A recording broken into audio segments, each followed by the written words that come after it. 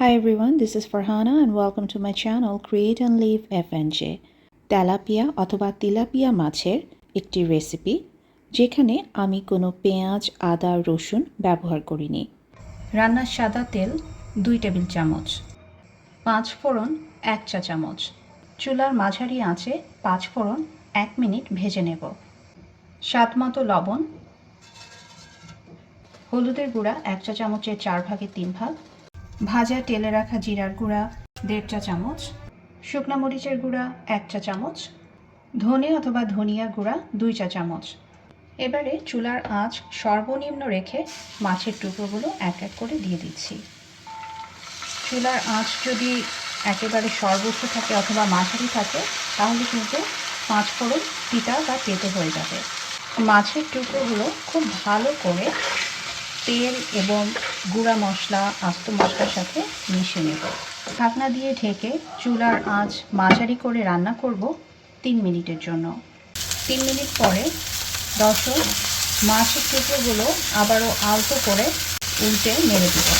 এবারে দিয়ে দেব ধনে পাতা কুচি বা ধনিয়া পাতা কুচি স্বাদ মতো, কাঁচামরিচ আস্ত মাছ বরাবর টুকরো করে নেওয়া 2টি এবং কাঁচা লেবুর পাতা 3 টুকরো।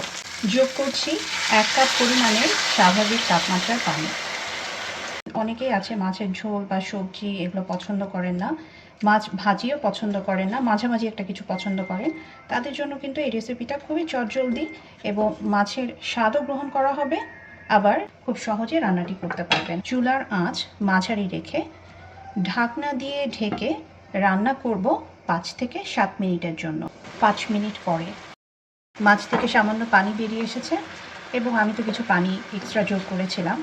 এবারে মাছগুলো প্রত্যেকটা টুকরা খুব আলতো হাতে উল্টে দেব। এই পর্যায়ে আমি ছিটিয়ে দেব ভাজা তেলে রাখা জিরার গুঁড়া। চুলার আঁচ সর্বোচ্চ করে ঢাকনা দিয়ে ঢেকে রান্না করব 2 মিনিটের জন্য। 2 মিনিট পরে ঝোল কিন্তু অনেকটা শুকিয়ে এসেছে। এ পর্যায়ে আপনারা চাইলে মাছটা আরেকবার উল্টে দিতে পারেন অথবা যেভাবে আছে এভাবেই রেখে চুলার আঁচ বন্ধ করে দিতে পারেন। এই পর্যায়ে চুলার আঁচ বন্ধ করে দিয়েছি, চুলার ওপর থেকে নামিয়ে পাশে রেখে দেব 5 থেকে 10 মিনিটের জন্য। উপরে তেল ভেসে উঠবে এবং জিরা অন্যান্য সব উপকরণগুলো আরও বেশি সুগন্ধ ছড়াবে। যদি রেসিপিটা ভালো লেগে থাকে তাহলে অবশ্যই তৈরি করবেন, সবাইকে নিয়ে একসাথে উপভোগ করবেন। সবাই ভালো থাকবেন, সুস্থ থাকবেন। আল্লাহ হাফেজ।